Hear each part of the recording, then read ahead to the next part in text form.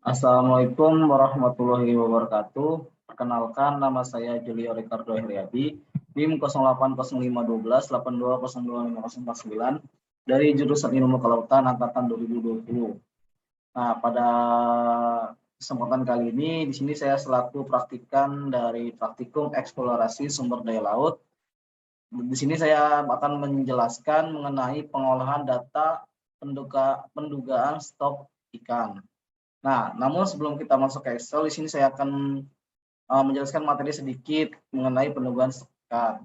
Nah, dalam melakukan pendugaan stok ikan itu terdiri dari beberapa metode. Yang pertama ada metode surface protection yang terdiri dari model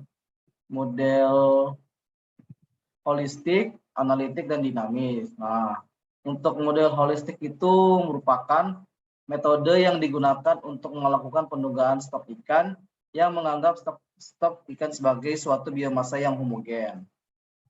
Oke, di sini dapat dilihat pada layar.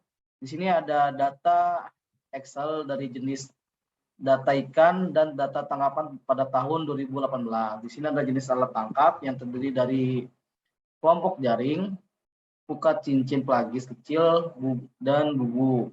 Nah, sebelumnya di sini kan kita menggunakan metode model holistik. Nah, fungsi dari metode model holistik itu yaitu untuk mengendalikan stok ikan.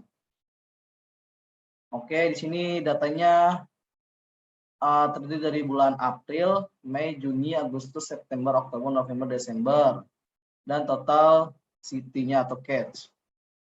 Data-data ini telah diberikan oleh asisten. Selanjutnya di sini saya akan mencari nilai CPUE atau catch per unit effort. Sebelumnya, apa sih catch per unit effort itu? Itu merupakan hasil tangkapan per satuan upaya. Bisa kita lihat di sini untuk mencari nilai CPUE itu kita menggunakan rumus total catch sama dengan total catch dari kelompok jaring dibagi dengan total catch dari data trip. Ini data ikan per kilogram dibagi dengan kilogram per trip rumusnya. Oke, tinggal kita enter dan dia dapatkan hasilnya 0,0102465552.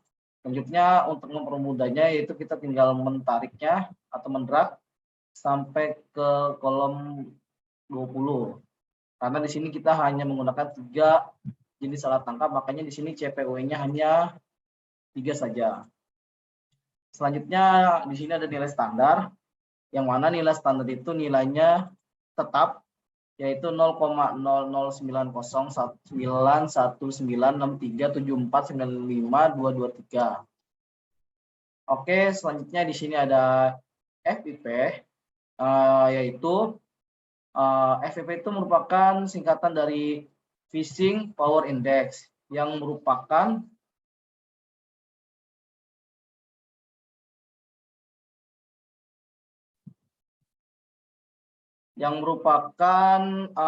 alat standar. Nah, untuk mencari FPI itu rumusnya yaitu nilai standar dibagi dengan nilai CPUE pada alat tangkap pertama yaitu kelompok jaring. Lalu kita klik enter, maka didapatkan hasilnya 1,126990023. Lalu kita drag sampai ke alat tangkap yang ketiga yaitu bubu.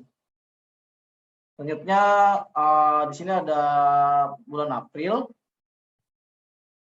Itu kita rumusnya itu yaitu nilai data trip dari bulan April dibagi dengan FIP, Fishing Power Index. Ini bulan April itu yang diambil itu data dari kelompok jaring. Lalu kita enter dan kita drag sampai data dari jenis alat tangkap bubu.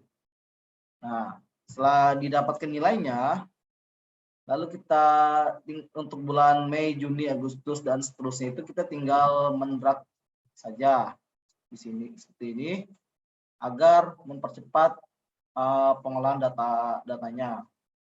Ini juga sama, kita drag, dan ini juga sama, kita drag. Selanjutnya di sini ada EST atau effort. Nah, effort itu merupakan upaya penangkapan pada waktu tertentu. Lalu di sini juga ada CT atau catch. Catch itu merupakan hasil tangkapan pada waktu tertentu. Lalu kita kembali ke jumlah EST atau effort, itu rumusnya hanya sama dengan sum, misalnya dari bulan April, itu sama dengan sum data dari kelompok jaring, kita drag sampai dari alat tangkap bubu, lalu kita enter. Oke, setelah itu kita drag. Kita tinggal drag saja sampai bulan Desember. Oke. Selanjutnya untuk di CPUE itu di sini saya mengambil kesimpulan jika semakin tinggi nilai dari CPUE atau catch per unit effort atau hasil tangkapan persatuan upaya itu, maka alat tangkap tersebut akan semakin sering digunakan. Nah, nilai tertinggi dari data yang kita olah itu terdapat pada pukat cincin pelagis. Oke, selanjutnya setelah kita mendapatkan nilai CPUE, nilai standar FPI, dan sebagainya, lalu kita buat ini lagi, tabel lagi, yaitu yang terdiri dari bulan, CI itu jumlah dari datanya, lalu ada effort standar, dan CPU ST. Kita buat, nah nilai CI itu, ini bulan kita dari April sampai Desember, lalu nilai CI itu kita copy data ikan sampai bulan Desember, kita copy, lalu kita taruh di yang lainnya, lalu kita taruh di lain,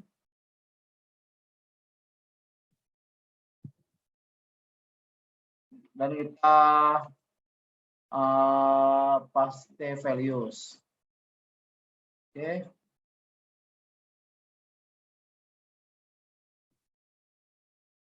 Lalu setelah itu kita copy lagi dan kita pindahkan ke nilai CI dengan format paste transport agar nilainya ke bawah. Ini misalnya ya. Oke, kita hapus.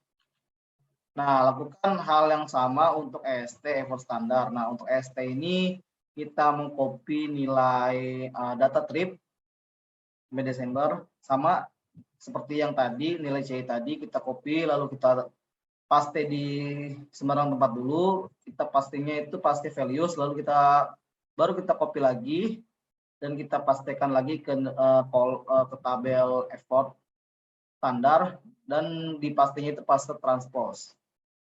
Oke, untuk nilai CPUEST itu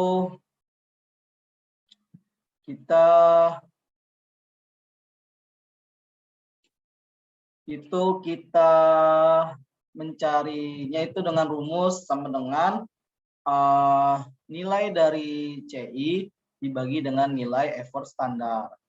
Dan kita enter, lalu tinggal kita dragkan saja. Nah, setelah didapatkan, setelah kita membuat tabel baru, kita copy tabel yang baru ini ke sheet yang baru. Kita kopinya itu kita paste itu paste values. Nah, setelah kita copy, lalu kita drag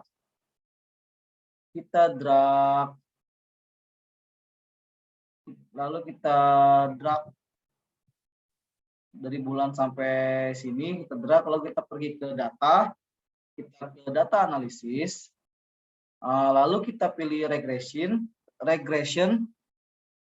Selanjutnya kita klik OK. Oke.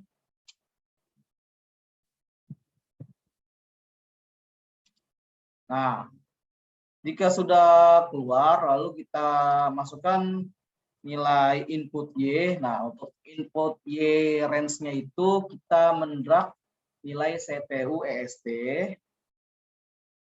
Dan untuk nilai input expense-nya itu kita drag nilai EST atau effort standar. Oke, setelah itu kita checklist labels, lalu kita pilih output range, dan di kolom ini kita tinggal keep up yang mana saja. Misalnya di sini saya akan menaruhnya di kolom F2. Lalu tinggal kita klik OK. Nah, maka data analisa data dari penunggaan stok ikan akan muncul seperti pada layar ini. Selanjutnya kita membuat grafik. Nah, untuk grafik itu kita memerlukan komponen EOPT dan CMSY. Nah, EOPT itu merupakan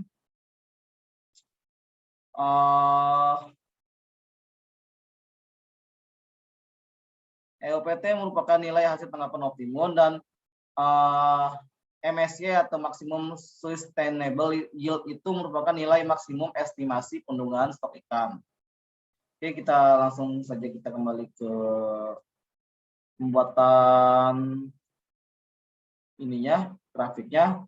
Oh ya, satu lagi di sini ada model scatter. Nah, model scatter itu merupakan untuk pengujian terhadap seberapa kuatnya hubungan antara dua variabel. Itu pengertian dari model scatter. Lalu kita kembali ke sheet 3, sheet 2 untuk membuat grafiknya. Nah, seperti yang saya bilang tadi, untuk membuat grafik itu kita memerlukan dua komponen lagi, yaitu EOPT dan COPT dan MSY. Nah, untuk rumus COPT itu, rumusnya itu yaitu sama dengan minus buka kurung G19 itu nilai intercept dari koefisien lalu dibagi terus buka kurung lagi, terus 2 dikali G20. Nah, G20 itu adalah EST per standar dari koefisien, lalu tutup kurung 2 kali dan kita enter. Nah, untuk nilai CMS-nya itu rumusnya yaitu sama dengan minus buka kurung 2 kali G19. Nah, G19 itu intercept koefisien dipangkatkan 2 ditutup kurung per buka kurung lagi dikali 4 dikali G20 atau EST per standar koefisien dan ditutup kurung 2 kali. Lalu kita klik enter. Nah, untuk selanjutnya kita membuat tabel lagi, yang mana komponen tabelnya itu berupa nomor X dan Y. Dan nomor itu kita buat dari nomor 1 sampai nomor 20. Nah, selanjutnya untuk nilai X dan Y itu kita nolkan karena itu merupakan nilai awalan. Selanjutnya untuk nilai X kedua itu kita menggunakan rumus sama dengan E23. E23 itu nilai X yang pertama ditambah EOPT. Kenapa kita menggunakan dolar supaya nilainya tidak berubah. Lalu dikali 0,1 dan kita klik enter. Nah, setelah kita mendapatkan nilai X2-nya, kita tinggal mendrag saja sampai ke nilai 20. Selanjutnya, untuk nilai Y2, kita menggunakan rumus sama dengan buka kurung, kita dolarkan lagi, intercept koefisien dikali dengan X kedua, Selanjutnya kita tutup kurung dan kita tambah. Lalu kita buka kurung lagi, kita masukkan lagi nilai ST first standar yang kita beri tanda dolar supaya nilai tidak berubah. Lalu kita kalikan nilai X 2, lalu kita pangkatkan 2. Dan kita tutup kurung, lalu kita klik enter. Nah, setelah kita mendapatkan nilai Y2, lalu kita tinggal drag saja sampai ke nilai nomor 19. Y19. Nah, untuk Y20 itu kita nolkan saja. Selanjutnya, kita membuat grafik seperti pada gambar di sini, yaitu kita dengan cara kita mendrag nilai dari X, Y sampai ke nilai 20.